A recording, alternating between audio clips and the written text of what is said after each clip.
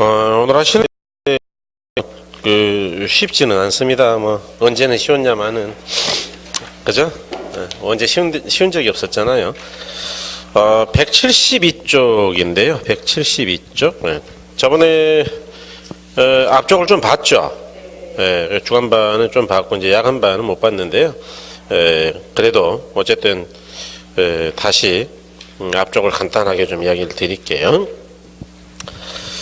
예를 들어서 이제 우리가 뭐 상권의 획정, 상권이 뭐냐라는 건 다 알고, 이제 우리가 뭐 한번 생각해 본다면, 174쪽에 그 큰 2번에, 상업집지 이론이다 그랬는데, 이제 크리스탈로이 중심지 이론 같은 경우는 용어가 의미가 있다 그랬죠. 그래서 중심지는 재화 또는 서비스 같은 것들을 제공하는 곳이다. 예컨대 우리가 피자를 먹고 싶다 그러면 피자집에 가는 것이다. 중심지다. 기억나시죠? 그죠? 물건 사야 되겠다 그러면 백화점이 중심지가 되겠다. 뭐 이런 거, 그죠? 그래서 이런 것. 그 다음에 이제 중심성이다 그러면은 중심지가 가지고 있는 차원. 즉, 상권이 크다 그러면 고차원 중심지, 작다 그러면 저차원 중심지. 뭐 이렇게 이야기했고. 그 다음에 배후지는 뭐 상권이죠. 상권. 그 다음에 리을번의 재화의 도달 범위인데, 재화의 도달 범위는 중심지 기능이 어디까지 미치느냐. 즉, 우리 집에서 판매하는 재화가 어디까지 갔냐 그 이야기죠. 그 이야기는 고객들이 우리 점포로 왔다 갔다 할 수 있는 최대 거리, 최대 통행거리이다 그랬어요. 그 다음에 최소 요구치는 우리 점포가 생존하기 위해서 필요로 하는 최소한의 매출 공간이다. 그래서 성립하려면 최소 요구치보다는 재화의 도달 범위 최대 거리가 길어야 된다 그랬죠. 기억나시나요? 네, 좋아요. 그러니까 재화의 도달 거리가 최대치고 최소 요구치는 최소니까 최대는 더 커야죠. 그래서 그래야 성립하더라. 그래서 너무 빨리 갔나요? 이 최소 요구치가 예컨대 2kg이다. 최소. 그럴 때는 이제 최소한의 매출이 발생하는 게 2kg면 일단 망하진 않는다라고 가정하자. 그럴 때 재화의 도달 범위가 반경 5kg 정도라면 다시 말해서 요거보다 더 크다면 최소 요구치보다 그 이야기는 최대 매출액이 최소 매출액보다는 많다는 이야기니까 이럴 때는 이 점포는 장사가 잘 되는 거죠. 여기 있는 사람들까지 다 이 점포로 가는 거니까 이해하신 거죠? 그래서 이럴 때는 중심지가 성립할 수 있는데 반대가 되면 안 된다 그랬어요. 거꾸로 최소 요구치보다 재화의 도달 범위가 작다.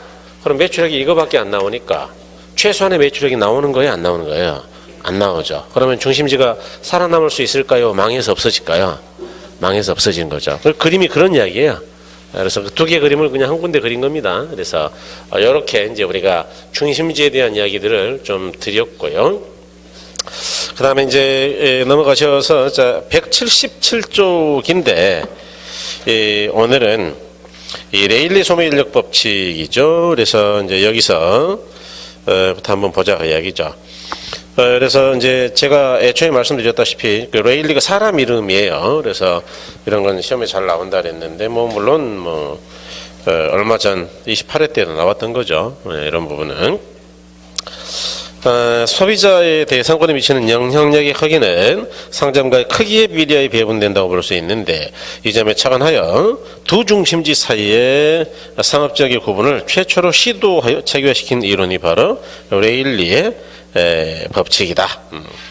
어쨌든 그 두 점포가 있을 때 어디까지가 나의 상권이냐라는 것을 나누는 거예요. 나누는 것 그런 이론이에요. 좀 더 읽어보고 설명드리죠. 동그라미 2번에 레일리 소멸력 법칙은 중력 모형을 이용한 상권의 범위를 확정하는 모형으로 그러니까 상권이 어디까지인지를 확정한다 그 이야기죠. 그래서 그 중력 모형 거기다 일단 동그라미 중력 모형 그림에서 A 도시와 B 도시 간의 크기가 같다면 두 도시의 상권의 경계는 중간 지점이 될 것이고 A 도시가 B 도시보다 2배 크다면 약 A 도시에서 1.4배 정도 멀리 떨어져 있을 것이다 라는 게 이제 동그라미 3번에 있는데 1.4는 기억할 필요는 아직 없어요. 어차피 이해하게 되면 뭐 자연히 알게 되는 거니까 놔두고 이 정도를 일단 아는 게 중요하죠. 자, 레일리 소멸력 법칙은요.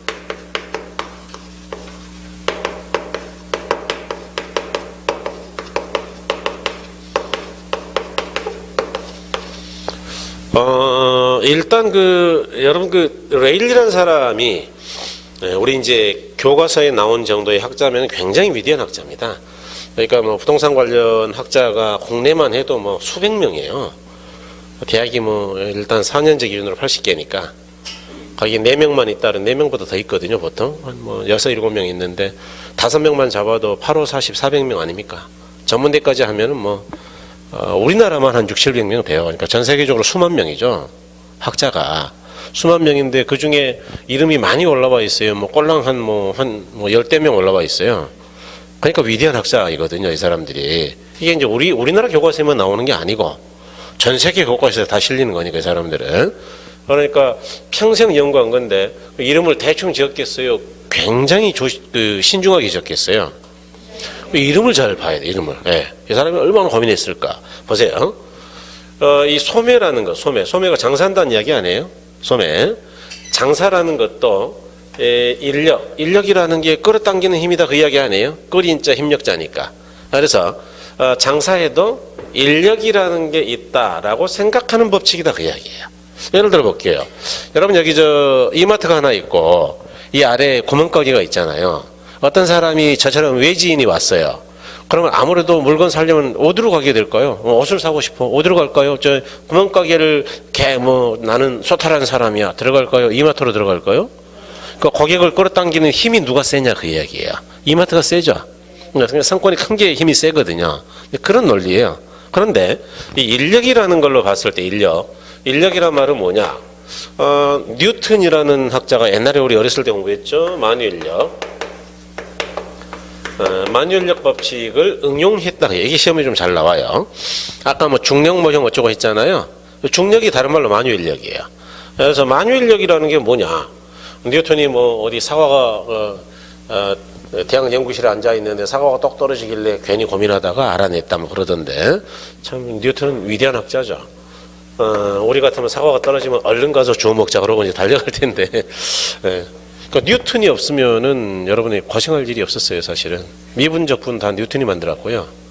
나중에 투자이론을 공부할 6개의 주요 계수, 금융계수가 있는데 그 6가지 중에 5가지를 싹 다 뉴턴이 만들었어요.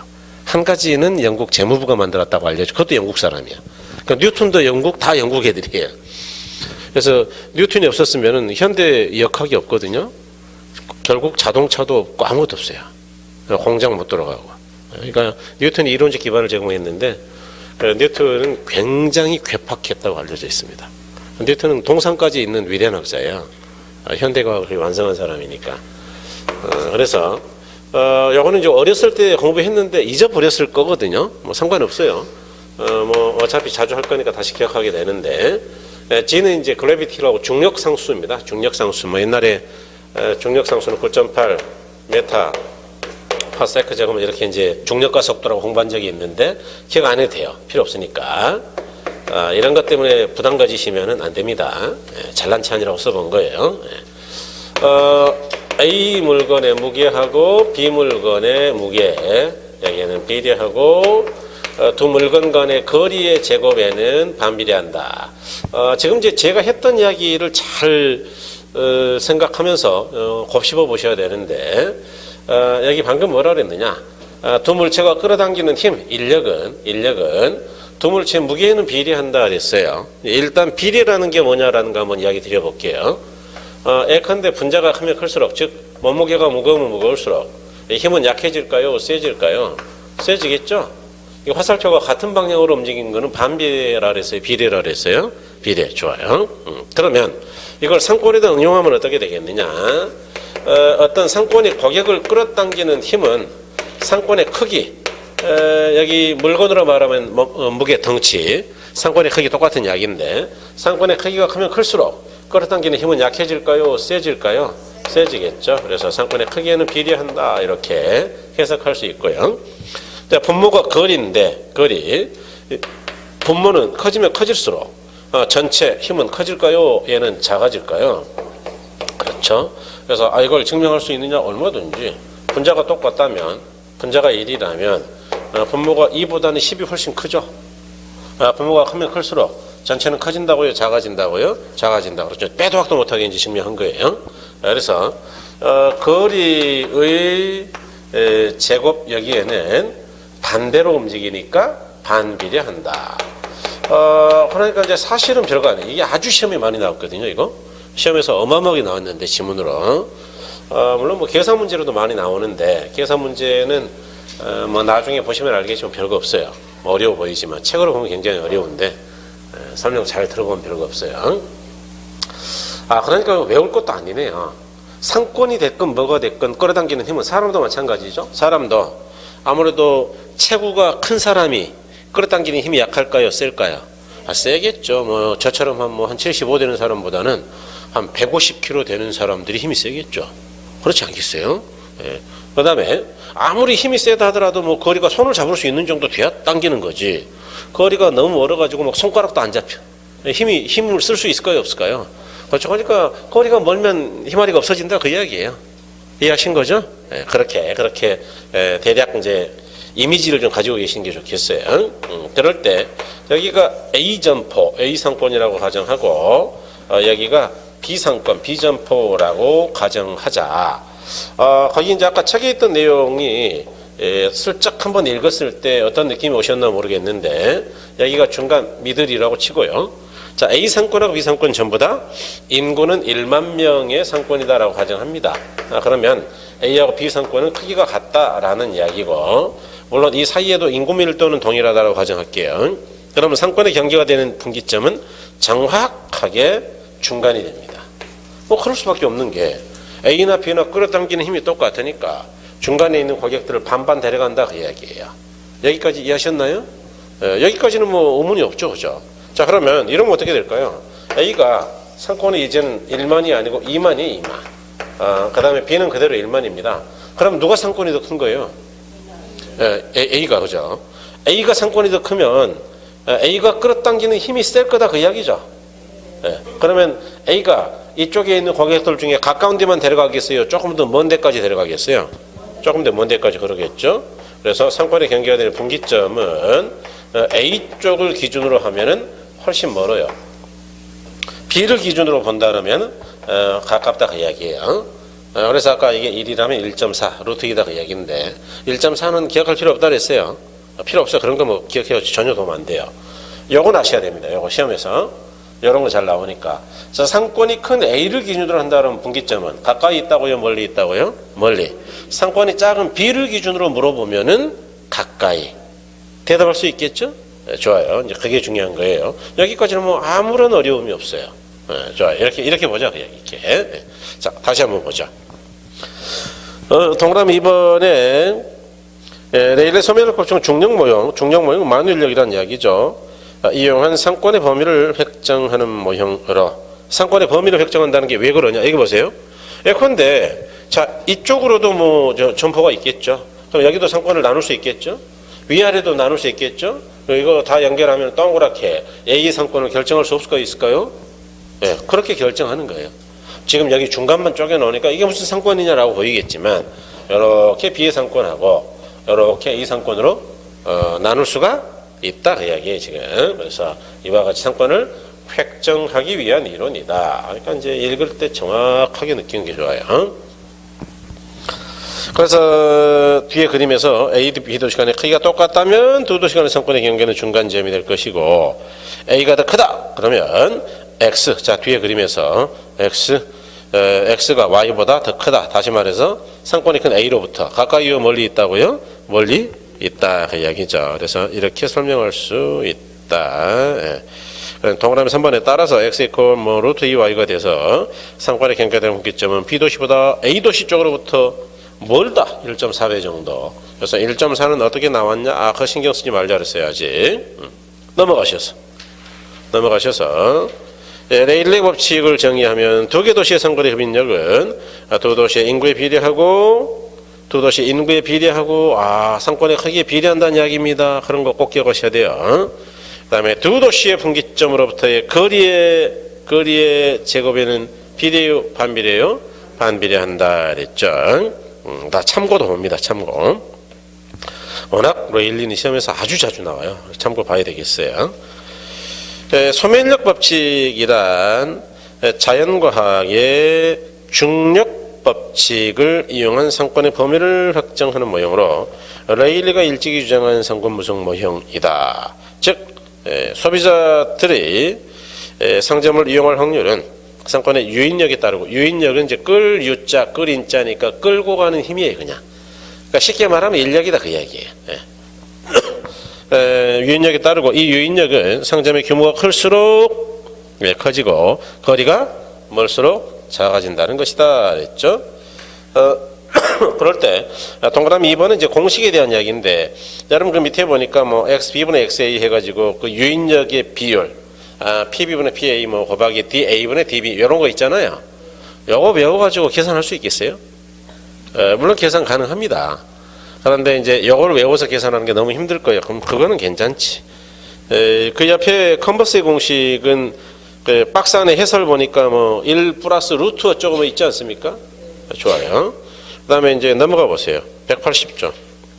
허프의 모형은 박스에 2번 보니까 이런 제기랄 시그마, 이거 뭐 읽을 수는 있겠어요, 이거? 이거는 뭐 정말 어렸을 때 고등학교 수학에서는 안 나오고요. 이거 뭐 대학 일반 수학 정도에서 나오는 건데, 이 미친 짓거리를 우리가 해야 되느냐? 해야 될까요? 말아야 될까요? 말아야죠. 그럼 안 풀 겁니까? 안 푸실 거예요? 네. 그래서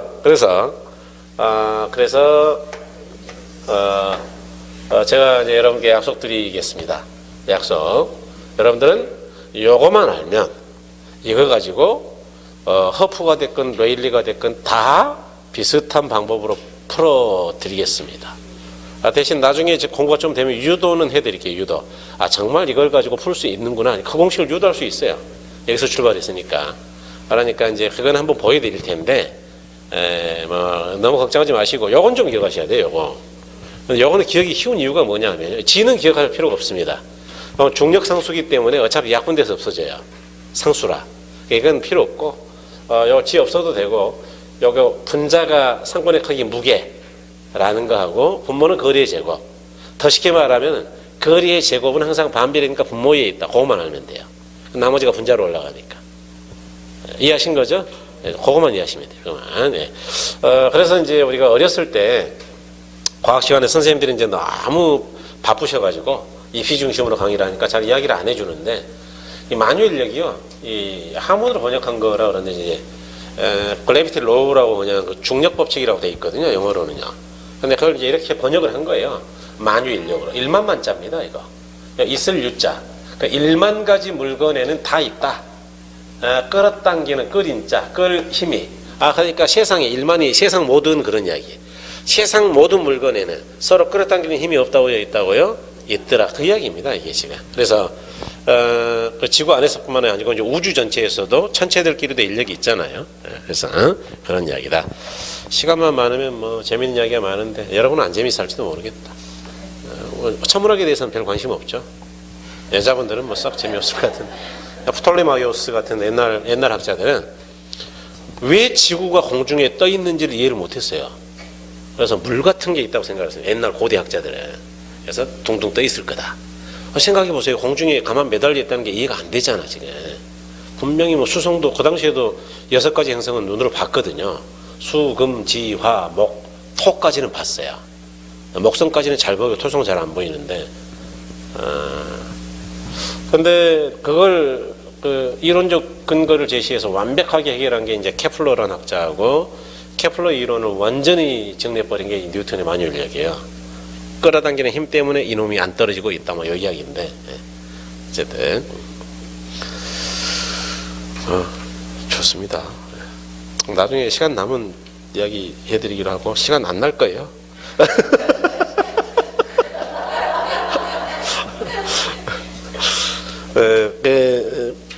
가로사마리 컨버스는 여러분 레일리가 좀 공부돼야 하거든요. 이거는 뭐 천천히 놔두세요.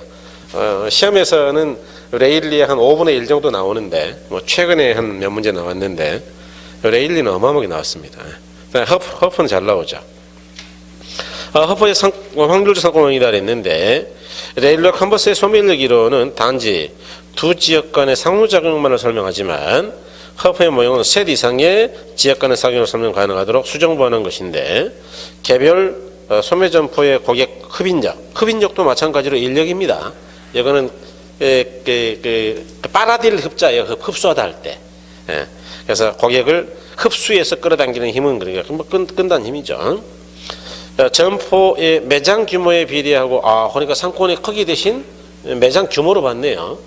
매장이 몇 평짜리냐, 매장 전체가 뭐 5,000평이냐 이마트처럼, 아니면 뭐 꼴랑 30평이냐 이런 거. 매장 규모에 비례하고 시간거리의 제곱이 반비례한다 그랬죠. 그래서 똑같죠, 모형이. 그 시간거리라는 거는 이게 거리에다 마찰계 수승을 한 건데 그건 나중에 설명할게요. 그래서 거기는 기억하셔야 돼요. 그러니까 매장 규모에 비례하고 시간거리의 제곱이 반비례한다. 그러니까 레일이랑 크게 다르다고요, 비슷하다고요? 표현만 다르죠. 표현만. 다른 점이 이제 거리 부분이에요. 그건 나중에 설명할게요. 그래서 레일의 법칙을 수정하여 상점의 매력도를 도시의 인구 규모 대신 상가의 매장 면적 규모로 삼았고, 추가적으로 시간거리를 도입하였다 그랬네요. 그래서 그 뒤에 가니까 몹쓸놈 공식이 있는데 그런 공식은 안 써도 된다. 안 쓰고 제가 나중에 이제 저걸 가지고 계산하는 걸 보여드릴게요. 일단 계산은 천천히 해도 되고요.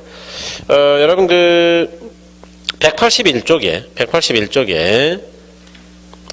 허프 181쪽에 동그라미 1번은 뭐 들어봤던 이름은 나오는데 아직은 어렵고, 자 동그라미 2번. 허프는 상권에 영향을 주는 것은 근본적으로 행동하는 소비자이기에 대도시 내부의 구매 중심점은 소비자의 기호, 소득 정도, 교통 편의 관계 등 소비자 행태, 행동을 고려하여 선택된 상품을 판매하여 상권이 형성된다는 경험적 확률 이론이 허브의 중심지 이론이다 그랬죠.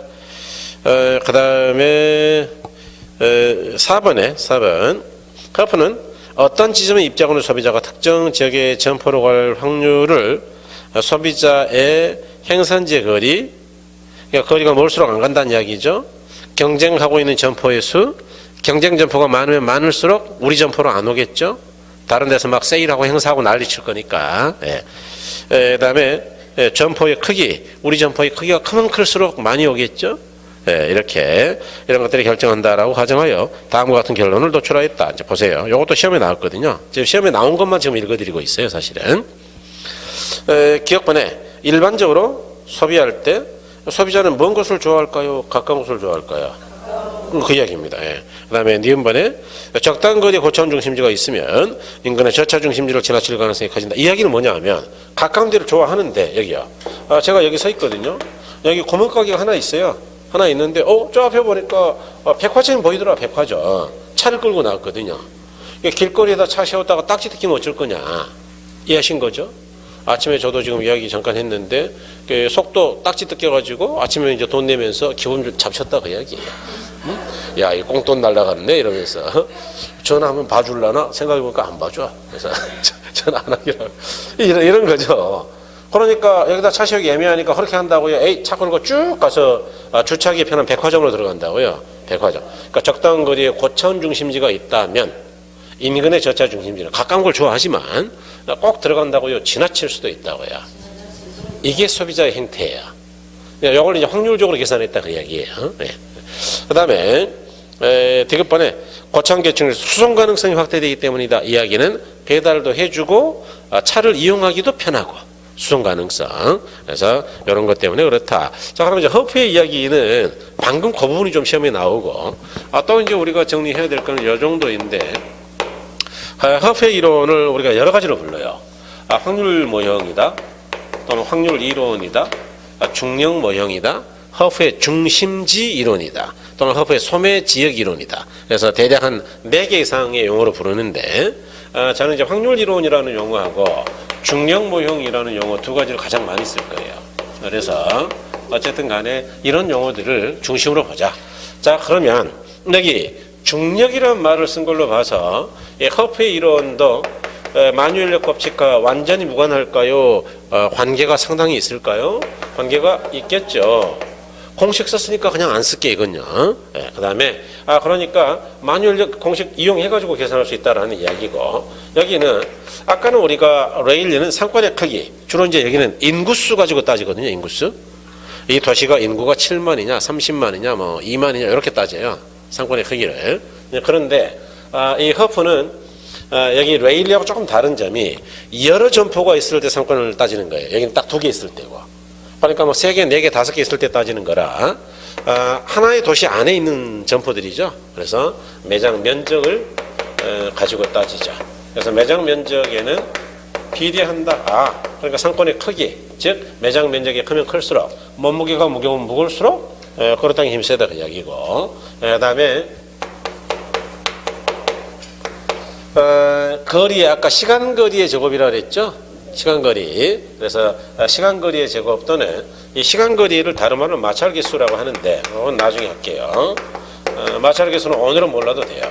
마찰계수 승에 반비례한다 이렇게 이야기하는 거죠. 그래서 여러분 시험에서는 이거 다 이렇게 나왔어요. 이게 시간 거리 요거에 맨날 제곱으로. 그래서 뭐 맨날 준 거는 시간거리건 거리건 간에 주면 그냥 제곱하면 되니까 사실은 뭐 허프하고 레일리가 다른 점이 없죠. 여러분 시험에서만 그래요. 뭐 일반적으로는 조금 다른 부분이 있는데 여러분들은 마찰계수를 특별히 이가 아닌 걸로는 주질 않아서 그런 겁니다. 그래서 이 정도 정리하시면 되겠다. 그게 이제 아까 앞에 우리가 읽었던 내용이죠. 179쪽에서 봤던 내용이에요. CST 소비자분포기법은 아직은 여러분 조금 까다로우니까 놔두시고요. 시험에서도 그거 한 번밖에 안 나왔어요. 놔두시고 넘어가셔가지고 182쪽에 자, 큰 3번에 건강준비의 원리와 점포 유형이다 그랬는데 요거 시험에 아주 잘 나옵니다. 그래서 이 건강준비의 원리라는 게 이제 피터라는 학자가 주장한 건데요. R.M. 피터라는 사람인데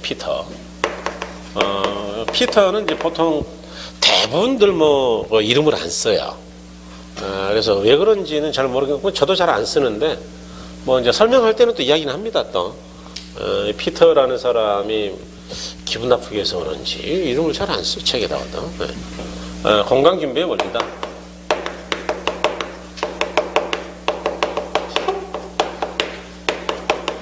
좀 지켰나 피터가 누구한테. 아무튼 또 혼자 또 뭐 피터 이렇게 쓰기도 또 조금 피는 것 같고 잘난 체하는 것 같고 그래서 뭐 잘 안 쓰는데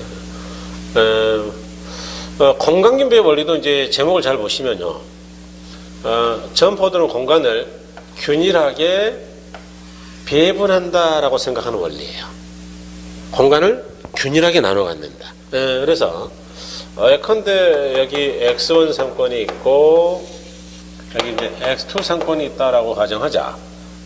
그리고 여기 이제 중간 미들 여기 이제 이렇게 상권입니다. 하나의 상권. 원래 동그라미인데 약간 찌그러진 동그라미가 됐네요. 계란 모양이 돼버렸네. 어쨌든 자 그럴 때 어떤 사람 갑이라는 사람이 여기 A 지역에다 점포를 찾았다라고 생각합니다. 그러면 장사 잘 될 겁니다. 일단 왜냐? 이 상권 전체에 점포가 한 개밖에 없죠. 바로 X1이건 X2건 간에 다 A 점포를 이용할 수밖에 없을 거예요. 자 그래서 장사가 잘 된다는 소문이 나니까 경쟁자 을이 나타나서 여기 B 지역에다가 점포를 열었다라고 가정하자. 이제 그럼 어떻게 되느냐? 이 A 점포는 굉장히 불리해지죠. 왜냐하면 이거 상권의 차단이라 그러는데요. 이쪽에서 오는 거는 전혀 문제가 없어요. 그런데 이쪽에서 오던 고객들은 B 점포로 들어갈 가능성이 많죠. 그렇다고 B도 아는 처지인데 몰래 살그머니 숨어서 B가 안 볼 때 A로 쏙 갈 수도 없잖아요. 또 아는 처지인데 막 나와서 인사할 거 아니에요. 언니 어디 가요? 이렇게 인사하면 또 그러니까 이제 이 점포가 여기 차단되니까 A가 불리하단 말이에요. 이제 결국 갑이 열받으니까 어떻게 하느냐? 야, 너 이제 이렇게 나온다 이거지. 그러고 중간 지점 A를 차단하러 가요. A 다시 지점에다 점포를 열어요. 그럼 어떻게 되느냐? 그럼 또 B가 불리해지죠. 그럼 B도 열받으니까 어떻게 하느냐? 여기 B 점포도 을도 열받아가지고 야 그래? 한번 싸워보자 이거지? 그리고 중간 지점에다가 다시 열어요. 그러니까 이제 하나의 상권을 놓고 두 점포가 치열하게 경쟁을 하게 되면 결론은 전부 다 중심지 근처로 갈 수밖에 없다고 이야기해요. 이해하셨나요? 근데 문제는 이렇게 되면은 둘 다 불리해요. 예를 들어 볼게요. 예를 들어서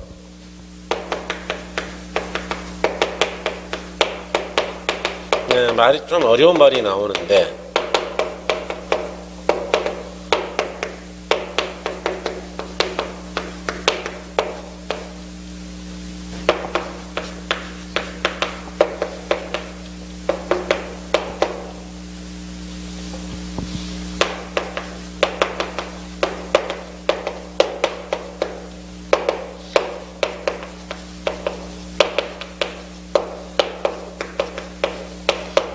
조금 이제 처음에는 약간 어려울 수도 있는데, 근데 시장이 커요. 그러니까 여기에서 여기까지가 한 20km 돼요. 그럼 양 끝을 걸어갈 수는 없죠, 그죠? 중간까지 간다 하더라도 10km니까 걸어가기는 부담스럽네요. 그래서 걸어갈 수가 없다. 그러면 차량을 이용해야 되겠죠? 그렇다면 이제 교통비가 많이 들어가면 어떻게 되냐, 그 이야기예요. 예를 들어서 콩나물 사러 가야 돼요. 그런데 콩나물 꼴랑 1,200원짜리 사러 가야 되는데 교통비가 왕복 3,000, 4,000원이 들어가요. 그럼 교통비를 투입하면서 콩나물을 사러 가야 되는 거예요. 그냥 안 먹거나 길러서 먹어야 되는 거예요. 그거 안 먹거나, 그죠? 기르기는 좀 어렵겠죠, 요즘은? 그러니까 이제 안 먹어버린단 말이에요. 그럼 두 점포 다 결국 아무도 안 오니까 불리하다, 그런 이야기예요. 이쪽 근처에만 오니까. 그렇게 하면 어떻게 하느냐? 자, 갑이라는 사람은 뭐 어쩔 수 없네 라고 A 지점으로 다시 가려고 그러고, 을은 어디로 가느냐? C 지점으로 가더라. 이야기는 뭐냐 하면 하나의 상권을 둘이 치열하게 중간에 싸운다고요, 균일하게 나눠 가지려고 그런다고요.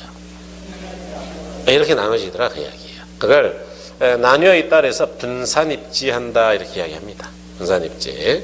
자, 그런데 시장이 작을 때는 어떻게 되느냐? 이제 그러면 이러면 어떻게 되느냐? X1하고 X2는 꼴랑 길이가 1km예요, 1km. 그 이야기는 중간까지가 500m밖에 안 된다, 그 이야기죠. 그러면 사람들이 여기서 여기까지 가는데 버스를 타고 가겠어요? 걸어가겠어요? 교통비가 안 들죠. 교통비 안 들죠. 그럴 때는 어떻게 하면 되느냐? 기왕이면은 중간에 있어야지 이 동네, 온 동네 사람들이 편리하지. 교통비 안 된다 그래가지고 저 구석지에다 갖다 놓으면 되겠냐, 그 이야기예요. 그러니까 이럴 때는 중심지에 모일 집자거든요. 중심지에 모여 있는 게 유리하다, 그 이야기예요. 이해하신 거죠? 오늘은 뭐 영어만 잘 알면 되니까. 그러니까 논리적으로 어려울 건 없는데, 자, 한번 읽어보죠. 이제 그런가.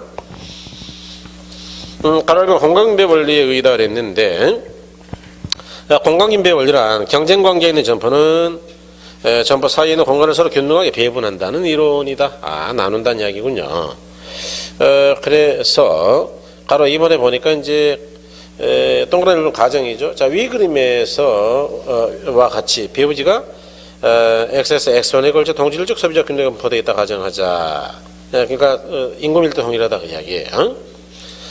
을의 점포의 입지 영향. 자, 갑이 먼저 A 지점의 점포를 차렸고 나중에 을이 B 점포의 점포를 차렸다면, 갑소 A 점포는 을사의 B 점포로 인하여 종전까지 가지고 있던 X1 쪽, 오른쪽 끝에 배우지가 차단되어 크게 불리해지므로 갑은 A를 만회하기 위해 B 지점보다 M 쪽 중간 지점에 가깝게 점포를 다시 옮기려고 할 것이다. 이해하셨나요? 중간. 그러니까 B 지역을 차단하겠다, 그 이야기예요. 3번 갑, 을 점포의 중간 입지, 중심지 입지. 그러면 을 또한 분리해짐으로 다시 갑보다 M 쪽으로 더 가깝게 자리 잡으려 하며, 이렇게 하나의 배우지를 넣고 갑과 을이 서로 다툰다면 전국적으로 두 점포는 배우지의 중심부에 입주할 수밖에 없다. 동그라미 4번 말이 좀 어렵습니다. 탄력성이 클 경우 갑, 을 점포의 입지랬는데, 두 점포가 배우지 중심지에 입지하는 경우 수의 교통비 탄력성이 제로인 경우에만 가능하고, 수의 교통비 탄력성이 큰 경우에는, 괄호 지나갔어요. 큰 경우에는 갑과 을은 배우지 중심부에서 떨어져 각각 B 지점과 C 지점에 분산 입지하는 게 유리하다. 지금 여기서 이제 수요 교통비 탄력성이라는 말이 나왔는데, 여러분 지금 자, 고개 드시고. 우리가 탄력성이라는 걸 배우긴 배웠죠. 그런데 교통비 탄력성이에요? 가격에 대한 탄력성이었어요? 그러니까 가격에 대한 탄력성도 지금 막 머리 아파 죽겠어, 지금. 이놈이 정리가 되는지 안 되는지. 그럼 몇 번 들어야 정리가 되거든요. 그런데 무슨 얼어지고 교통비에 대한 탄력성이냐. 그래서 그건 여기밖에 안 나와요. 그래서 이걸 어떻게 쉽게 이해해야 되느냐. 나중에 상세한 설명은 드릴 텐데, 공식으로. 수요의 교통비에 대한 탄력성이 0보다 크다는 이야기는 교통비가 몽땅 들어가서 아깝다, 그 이야기예요. 이해하셨어요? 그러니까 탄력성이 크다는 이야기, 교통비 많이 든다, 그 이야기. 수요 교통비 탄력성이 제로에 가깝다, 그 이야기는 교통비 별로 안 든다, 그 이야기. 그래서 수요의 교통비에 대한 탄력성을 다 줄여버려 교통비라고 생각하면 됩니다. 그래서 교통비에다 동그라미 해서 일단. 그러면 이제 이해가 조금 쉬워요. 5번 탄력성과 점포 입지 영향을 했는데, 이와 같이 공간분배 원리로 볼 때 점포 입지는 배후지가 좁고 수의 교통비 탄력성이 작다. 교통비 안 된다 그 이야기죠. 그럴 때는 배후지 중심부로 모이는 경향이 있고 배후지가 넓고 시장이 크단 말이죠. 수의 교통비 탄력성이 크다. 이야기는 교통비 비싸다 그 이야기죠. 그럴 때는 중간에 있으면 불리하니까 중간에 있다고요. 분산돼 있다고요. 분산돼 있다 이런 이야기 좋죠. 그래서 그렇게 현명하게 빨리빨리 일을 하셔야 되는 거예요. 이제 그게 그렇게 설명해 드리는 게 제 역할이죠. 자, 가로 3번에 입지 유형별 점포의 분류다 그래서 4개 있을 거예요. 넘어가 보세요. 가로 4번에 상품의 종류에 따른 즉 구매 행태에 따른 상점의 분류를 해가지고 또 3개 있을 겁니다. 그래서 요것들이 시험에서 요것들이 잘 나와요. 요것들이. 그래서 입지 유형에 따른 그래서 이제 첫 번째가 뭐냐면 집 심성 점포죠. 두 번째가 집 재성.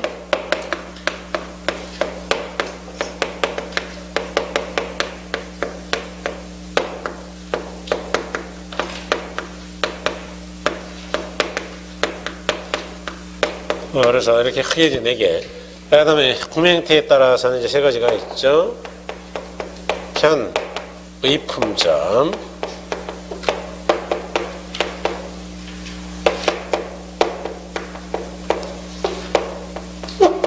그 다음에 전문품.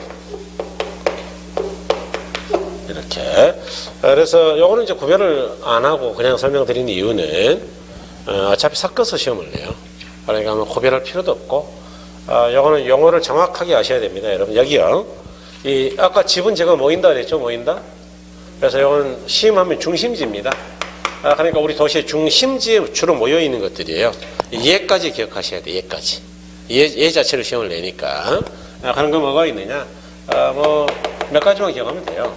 백화점이나, 뭐, 도매점포나, 고급 음식점 같은 것들이에요. 요정 같은 뭐 이런 것들이다. 이런 것들은 이제 중심지에 있다. 그 다음에 이제 집재한다 하고 산재한다는 정확하게 반대말입니다. 이거. 그래서 이거 모여 있다, 있을 제자, 모여 있다. 모여 있는 게 유리한 점포, 동업종이. 여기는 흩어질 산자, 이산들 산자거든요. 그러니까 흩어져 있는 게 유리한 점포야. 그러니까 동업종 점포가 모여 있는 게 유리한 점포가 있느냐? 있죠. 여러분 가구점 모여있는 거 뭐 많이 보셨죠? 그죠? 요즘 행정타운은 모여있죠 보통? 행정타운 옛날과 다른 게. 그 다음에 혹시 중심과 사거리에는 보통 은행들 모여있는 거 보셨나요? 예, 그 금융권들 좀 모여있는 편입니다.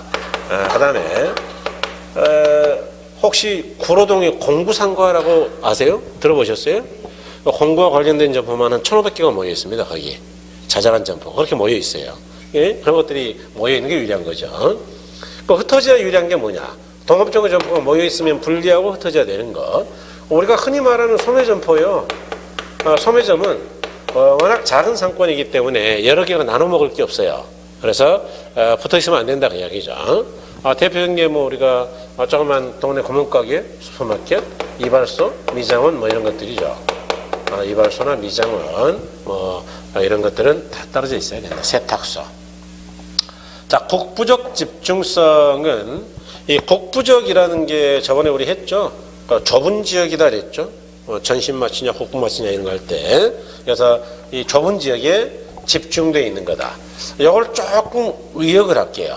약간 좀 해석을 돌려서 할게요. 국부적은 좁은 지역이라 그랬죠. 그러면 좁은 지역이 어디예요? 도시예요? 시골이에요?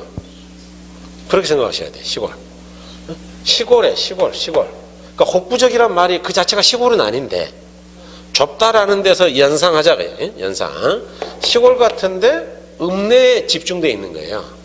그게 뭐겠냐? 농사 짓는 것들이에요. 농기구 가게, 종묘, 씨앗 가게 다 읍내 장터에 있거든요. 어구어망 뭐 이런 것들. 이런 것들은 주로 모여 있는 거예요. 시골에 모여 있는 거예요. 그래서 이렇게 구별할 수 있어야 된다. 이거 뭐 시험에서 자주 바꿔서 내니까 정확하게 구별할 수 있어야 돼요. 편의품이라는 건 뭐냐 하면 일상 생필품을 이야기합니다. 생필품. 그래서 보통은 저차원 중심지에 있어요. 여러분 저차원 중심지에 있다 그러면 어떻게 해석해야 되는 거예요? 수도권 한 중심지에 있는 거예요? 우리 동네 인근에 있는 거예요? 우리 동네, 리나 동 같은데 이렇게 해석이 돼야 돼요. 그래서 저차원 중심지에 주로 있고 구매하는 고객들은 주로 주부고 일상 생활 필수품을 이야기하더라. 생필품. 그래서 1kg를 벗어나서는 구매를 잘 하지 않는 생필품, 우유라든가 콩나물, 두부 이런 생필품이다. 이 선매품은 이게 고를 선자거든요. 그 이야기는 뭐냐 하면 물건을 가격과 품질을 비교한 다음에 골라서 하는 제품이에요. 그냥 산다고요. 여러 개를 비교하고 산다고요. 여러 개. 그래서 이제 여성용 의류. 남자들보다는 여자분들이 이제 이런 데서는 굉장히 합리적이죠. 근데 남자들은 백화점 가면은 이제 옷을 금방 사죠. 왜냐하면은 잡혀서 일단 입으면은 또 미안한 게 사거든요. 뭐 입었는데 또 벗어놓고 그냥 오기도 뭐 해가지고 마음에 좀 안 들어도 얼마예요? 45만 원이요. 그럼 속으로 비싸다고 생각해요, 누구나. 비싸다고 생각하면서도 뭐 그냥 카드를 꺼내고 뭐 앉아보지 못하죠. 집에 와서는 이제 혼나고 또 무슨 바보도 아니고 뭐 하는 거냐고 또. 이제 그럴 때가 있는데 여자분들은 온 백화점의 옷을 자기가 다 입고 돌아다니고 안 사고 나오죠. 그러니까 그냥 사는 거예요. 비교하는 거예요. 비교. 그렇죠. 그래서 여성울이나 전호사가 그 보석거리 아시죠? 그래서 보석 같은 것들 이런 것들이다. 이게 결혼 강의하려면 뭐 별걸 다 알아야 됩니다. 종로사거리에서 좀 내려오면 오가 쪽 광장시장 근처에 예지동이라고. 예지동. 옛날에 시골골목 시계, 명품 시계 수리점, 지금도 거기는 하거든요. 명품 카메라 수리점도 거기 있었는데 옛날에 카메라를 제가 좀 많이 했거든요. 지금 다 을지로로 갔어요. 몇 개 없어요. 이제 카메라 수리점. 필름 카메라 수리하는 데는 이제 을지로에 한 5군데 있을 겁니다. 진짜 별로 없어요. 지금도 집에 좀 많이 있는데 이제 수리 안 해요. 어차피 안 찍을 거니까. 폼으로 놔둔 거거든요. 이 전문품이라는 건 뭐냐 하면 여러분 이걸 다른 말로는 유표품이라. 표가 있다. 그러니까 브랜드가 있다. 브랜드. 이해하셨어요? 이 명품 브랜드가 있는 거. 그래서 이제 많이들 이야기하는 게 외제 자동차, 방금 이야기했던 외제차나 방금 이야기 드렸던 여성분들 명품 핸드백, 아니면은 남자분들 시계, 명품 시계. 여러분 시계가 굉장히 비싸다는 거 아세요? 1억 넘는 것도 있어요. 손목 주의해야죠. 그래서 저 같으면 절대 안 차죠. 시계도 잃어먹고 손목도 잃어먹으니까. 이거는 아무리 멀리 있어도 사람들이 시간과 비용을 아끼지 않고 물건을 사려고 하는 거예요. 그러니까 흡인력이 굉장히 강한 거예요. 그래서 예컨대 뭐 이제 빨대 효과라 그러는데 KTX가 생기면 국내가 1위 생활권이 되니까 대부분 이제 지방 사람들이 걱정했던 게 이제 앞으로는 서울만 장사 잘 되고 지방은 죽었다. 그런 측면이 있죠. 왜냐하면 지방에 돈 많은 사람들은 2시간이면 올라와가지고 서울에서 실컷 쇼핑하고 맛있는 거 먹고 집에 내려가가지고 저녁할 수 있거든요. 이해하셨어요? 그러니까 부지런하면은 하루에 모든 걸 다 끝낼 수 있는 거예요. 그래서 이제는 서울만 살고 지방은 죽었네라고 생각했는데 나중에 알려진 게 빨대 효과라고. 이게 빨대 효과예요. 역빨대 효과가 나타나요. 부산에서 이제 신세계 센텀시티라고 해운대 쪽에 그 어마어마한 큰 백화점이 있어요. 그래서 그거 오픈 행사 하면서 명품을 처음으로 세일을 좀 많이 했거든요. 그러니까 그냥 수도권에서 전부 다 내려가지고 명품을 짊어지고 왔대요. 뭐 찜질도 하고. 그렇다 그러대요. 맞아요. 그래서 뭐 이렇게, 그러니까 이제 사실 유불리를 따지기가 어려워진 거예요.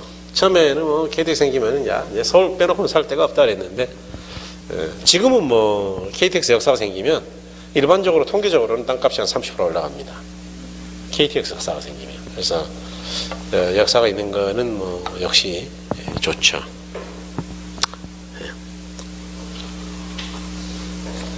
저희 강원도로 들어가는 거, 강릉으로 들어가는 거는 남양도 들리나요? KTX가. 내가 자세히 안 봤네.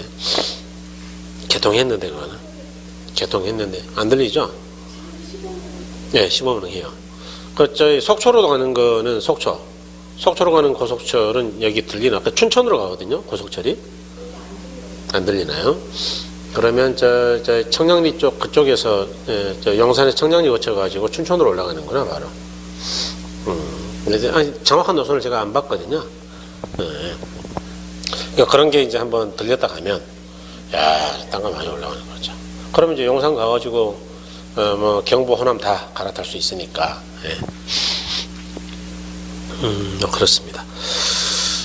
거기 이제 183쪽에 여러분들 가를 보는 집심성 점포죠. 그래서 배우지 중심지에 입지에 유리한 점포 유형이다 그랬고, 도매점, 백화점, 고급 음식점 뭐 그렇게 2번에 있고요. 보석점 같은 경우는 이제 중심지 보석을 판다 그 이야기입니다. 모여 있는 보석점 말고요. 그다음에 집 재성인데 넘어가서 집 재는 동일업종지 점포가 서로 한 곳에 모여 입지하는 게 유리한 점포를 말한다. 그래서 은행, 보험회사, 관공서, 뭐 서점, 공구점 이런 것, 가구점 이런 것들이죠. 그다음에 이제 가로 3번에 산재성 점포죠. 동일업종의 점포가 서로 분산 입지해야 한다 그랬죠. 한 곳이 모이면 불리하다. 그래서 자파, 어물, 그다음에 이발소, 세탁소 등등등이다. 우리 흔히 말하는 구멍가게예요. 가로 3번에 국부적 집중성 그랬죠. 그래서 동일업종의 점포끼리 국부적 중심지 입지에 유리한 걸 국부적에다가 시골 써놓으세요. 시골 그냥 조그만한 거. 그래서 그 밑에 보니까 뭐 농기구, 석재, 철공소, 비료, 종묘 뭐 등등등. 그다음에 이제 양가로 4번 상품의 종류, 구매 행태에 따라서 편의품이죠. 일상 필수품, 생필품을 판매하는 상점. 주로 가정용 상품을 팔고 주부가 고객이고 구매 결정이 신속하고 가격 수준이 낮다 그랬죠. 그다음에 이 상점의 상권은 도보로 5분 정도, 거리는 1km를 넘지 않는다 그랬어요. 아까 제가 이제 저차원 중심지라는 이야기도 드렸고, 그다음에 이제 두 번째가 이 선매품이죠. 선매품이란 고객이 상품의 가격, 스타일, 품질 등을 여러 상점과 비교하여 구매하는 것들을 말하고 그런 것들을 파는 게 선매품점이다. 그래서 거기 4번 보니까 가구, 부인용 의상, 보석 이런 것들이 주로 선매품이다. 이해하신 거죠, 그죠? 그래서 이런 것들. 그 다음에 전문품이죠. 고객이 특수한 매력을 찾으려 하고 호미이런 노력을 아끼지 않고 유명 상표, 상품을 갖춘 상점 이런 걸 전문품점이라 한다. 이번에 가격수는 높음으로 구매 결정에 신중을 기한다 그랬고, 그 다음에 4번에 보니까 고급 의상, 고급 향수, 고급 시계 뭐 이런 것들, 뭐 이런 주로 이제 명품 브랜드다 이런 이야기죠. 그래서 이런 것들을 이야기한다. 그 다음에 이제 뒤에 넘어가셔서 매장용 부동산의 부지 선정 그랬는데, 이것도 뭐 아직은 조금 어려울 텐데, 한 개만 일단 설명을 좀 드려볼게요. 조금 쉬었다 하죠. 뭐 쉬었다. 잠깐 쉬었다 뵙겠습니다.